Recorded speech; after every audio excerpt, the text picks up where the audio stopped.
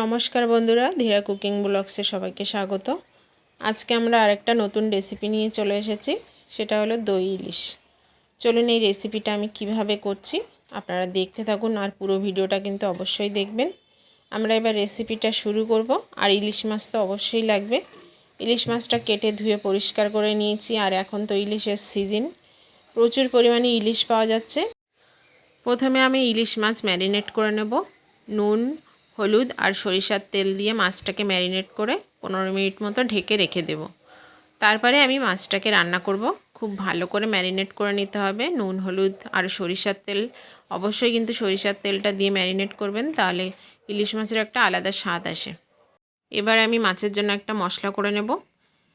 1 চা চামচ পোস্ত, আর এখানে দিয়ে দিলাম 3 চা চামচ সাদা সরিষা, আর কালো সরিষা দেব 2 চা চামচ।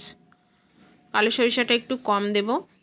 এর ভেতরে দিয়ে দিলাম 3টে কাঁচা লঙ্কা আর সামান্য একটু নুন, তাহলে সরিষা কিন্তু তেতো হবে না। অনেকে সরিষা বাটলে তেতো হয়, এজন্য আমি একটু নুন দিয়ে দিলাম আর কাঁচা লঙ্কা, তাহলে সরিষা তেতো হবে না। দেখুন বন্ধুরা, একটা মিহি পেস্ট করে নিয়েছি।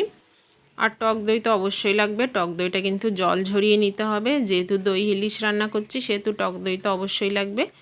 এর ভেতরে আমি স্বাদ মতো চিনি দিয়ে দিয়েছি, যেহেতু টক দই, টক মিষ্টি ব্যালেন্স করার জন্য সামান্য একটু চিনি দিয়ে খুব ভালো করে দইটা কিন্তু ফেটিয়ে নিতে হবে, একদম স্মুথভাবে ফেটাতে হবে। এদিকে আমি কড়াইতে সরিষার তেল দিয়ে মাছগুলো হালকা ভাজা করে নেব। ম্যারিনেট করা মাছগুলো খুব বেশি কিন্তু ভাজা হবে না, জাস্ট হালকা ভাজা করে নেব। অনেকে কিন্তু ভাজা করে না, যেরকম ইলিশ ভাপা রান্না করে ওইভাবে সব মশলা মাখিয়েও কিন্তু দই ইলিশ রান্না করা যায়, কিন্তু আজকে আমি অন্যভাবে রান্না করব। মাছটাকে হালকা ভাজা করে নেব। আর দেখুন, টক দই আর সে চিনিটা কিন্তু খুব ভালো করে ফেটিয়ে নিয়েছি, দেখেই বুঝতে পারছেন কতটা সফট হয়েছে টক দইটা ফেটানো। এবার দইয়ের সঙ্গে আমি সরিষা বাটা মিশিয়ে খুব ভালো করে আবার ফেটিয়ে নেব। এর সঙ্গে কালো সরিষা, সাদা সরিষা, পোস্ত, কাঁচা লঙ্কা, নুন, আর দিয়ে দিলাম 1 চামচ হলুদ। এই হলুদটা কিন্তু আপনারা স্কিপও করতে পারেন, তবে আমি দেব, দিলে সুন্দর একটা কালার আসবে। এবার সব কিছু আবার খুব ভালোভাবে ফেটিয়ে নেব। মাছটা দেখুন ভাজা করা হয়ে গেছে। এবার আমি ফেটিয়ে রাখা সব মশলাগুলো দিয়ে দেব। মশলাটা দিয়ে আমি এখানে 1 মিনিট মতো মাছের সঙ্গে কষিয়ে নেব। কষাতে কষাতে যখন ওপরে তেলটা আসবে, তখন আমি এর ভেতরে সামান্য একটু জল দেব।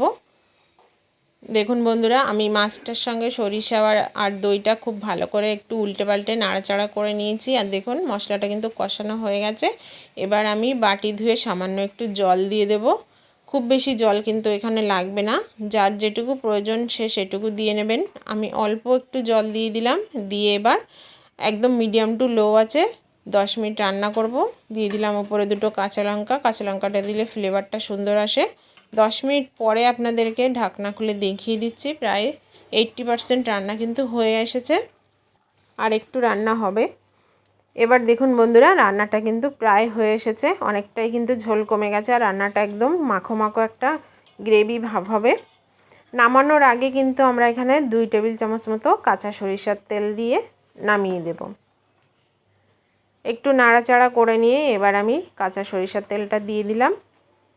কাঁচা সরিষার তেলটা দিয়ে আমি খুন্তি দিয়ে আবার একটু নাড়াচাড়া করে আমি এখানে 30 সেকেন্ড মতো ঢেকে রেখে দেব।